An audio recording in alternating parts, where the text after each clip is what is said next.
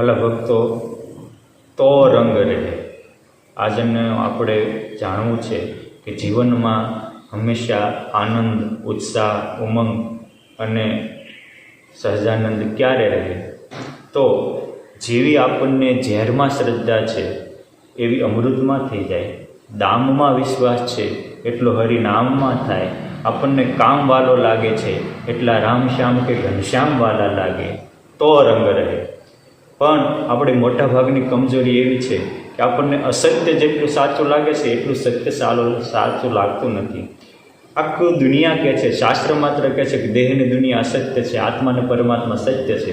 પરંતુ આપણે અસત્ય માટે જીવીએ છીએ, એના ભાગના સત્ય માટે જીવીએ તો જીવનનો રંગ રહી જાય. માટે સુખી થવું હોય તો દામમાં વિશ્વાસ છે એટલું હરિનામમાં કરો. પીપલાણાના કાનજીભાઈને વાડીએ હાથનો બાજરો પાક્યો હતો. ખડું લેવાનો સમય હતો, પણ વડતાલથી વાલમનો સંદેશો આવ્યો કે ઉત્સવ કરવા આવજો.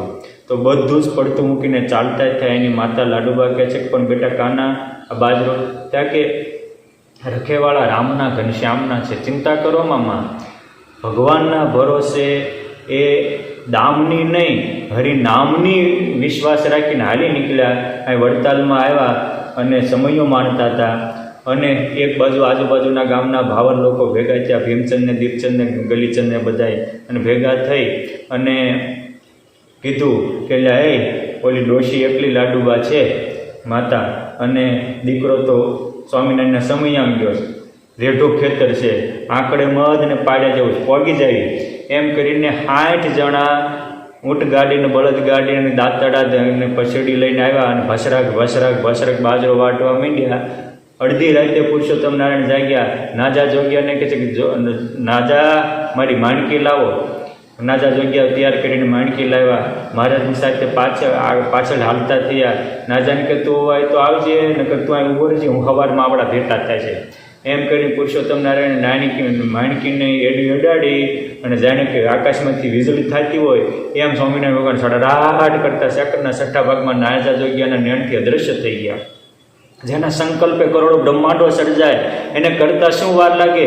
પુરુષોત્તમ નારાયણ અદૃશ્ય થતા ત્યાં પહોંચ્યા હતા તો સંકલ્પથી એક હારે 40 પાર્ષદો અસવારો તૈયાર કર્યા અને સીધા કાનજી ભગતના ખેતરમાં 40 પાર્ષદો સાથે પ્રગટ થયા. અને ઓલા ભસરાક બાજરો વાળતા હતા એને વાવામાં જઈને બે બરોડા કોરડા માર્યા. ખબરદાર! બોલાને એમ કે આ કોણ આવ્યું? કે બીજા કેટલા ભૂત. ભગવાનનું કામ અદ્ભુત હોય છે.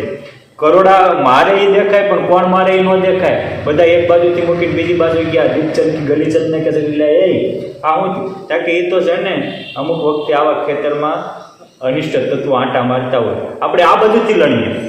પછી બીજું બાજુથી બધા ભેગા થઈને ભાસરાક લણવા માંડ્યા.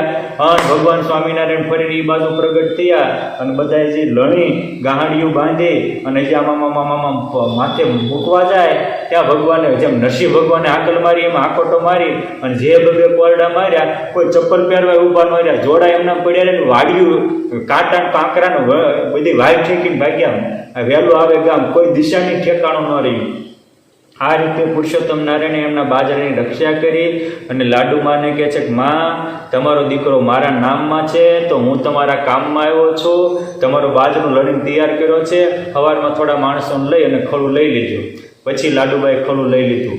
પણ જેવો કામમાં દામમાં વિશ્વાસ હતો એના કરતાં હવાયો હરિનામમાં થયો તો કામ બહુ મોટું થઈ ગયું. ભગવાન સ્વામિનારાયણ વડતાલથી ગઢપુર જતા હતા.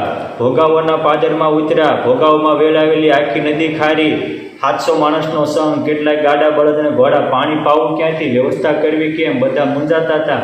એ વખતે વસ્તારાવળ કહે છે ચિંતા કરો નહીં, હું હમણાં વ્યવસ્થા કરી દઉં. સીધા શ્રીજી મહારાજ પાસે ગયા અને મહારાજને કહે છે કે મહારાજ આપના ચરણ ધોવા દો. પુરુષોત્તમ નારાયણે પ્રેમથી એમને ચરણ ધોવા દીધા. પછી ચરણ પંખાળેલું પાણી લઈ અને વસ્તારાવળ કહે છે કે હાલો, હમણે આ ખારું ઝેર પાણી છે એ અમૃત થઈ જશે.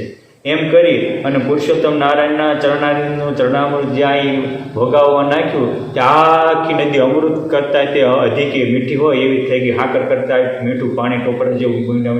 બધા કે મંડો પીવા, મંડો ઘોડા બળદને પાવા, મંડો રસોઈ બનાવવા. આ રીતે વસ્તા રાવળને ઝેર જેવા પાણી કરતાં પુરુષોત્તમ નારાયણના અમૃતનો વધારે મહિમા હતો, તો મહારાજે એની માટે ઝેર જેવું પાણી અમૃત કરતાં અધિકું બનાવી દીધું.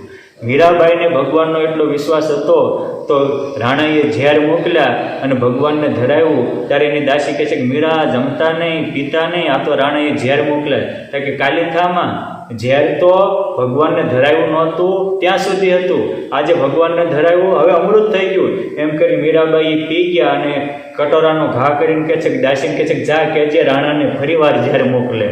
આપણે આવું થયું હોય તો શું થાય? આ વિચારવાનો પ્રસંગ આ છે. આપણી પાસે પ્રસાદીનું પાણી તો હોય છે, પણ જે વસ્તા રાવળને વિશ્વાસ હતો એ વિશ્વાસ નથી હોતો, એ શ્રદ્ધા નથી હોતી.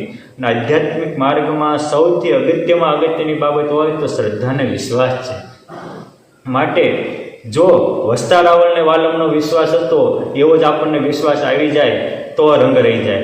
મીરાબાઈને જેવો કૃષ્ણમાં પ્રેમ હતો, જેવો વિશ્વાસ હતો, એવો વિશ્વાસ આપણને આવી જાય તો આપણો પણ રંગ રહી જાય. વાલમ તો આપણા કામ કરવા તૈયાર જ છે, પણ નરસિંહ મહેતાને જેવી શ્રદ્ધા હતી એવી શ્રદ્ધા અને વિશ્વાસ આપણને આવી જાય તો આપણો રંગ, જીવનનો રંગ રહી જાય. માટે જેવું ઝેરમાં આપણને સત્ય મનાય છે એવું જ અમૃત સત્ય મનાય તો જંગ જીતી જવાય. જેટલું દામનું ચિંતન થાય છે એટલું ઘનશ્યામનું થઈ જાય તો જંગ જીતી જવાય. જેવી સંસારમાં પ્રીતિ છે એવી સંતમાં પ્રીતિ થઈ જાય તો જંગ જીતી જવાય. અને જેવી સંપત્તિ કે પદાર્થમાં મોહ છે એવી જ પ્રેમ પરમાત્મામાં થઈ જાય, પરમાત્માના પ્યારામાં થઈ જાય તો રંગ રહી જાય. માટે સુખી થવું હોય તો અસત્યમાંથી પ્રીતિ તોડી અને સત્યમાં કરીએ, જીવનની બાજી આપણા હાથમાં આવી જશે. જય સ્વામિનારાયણ.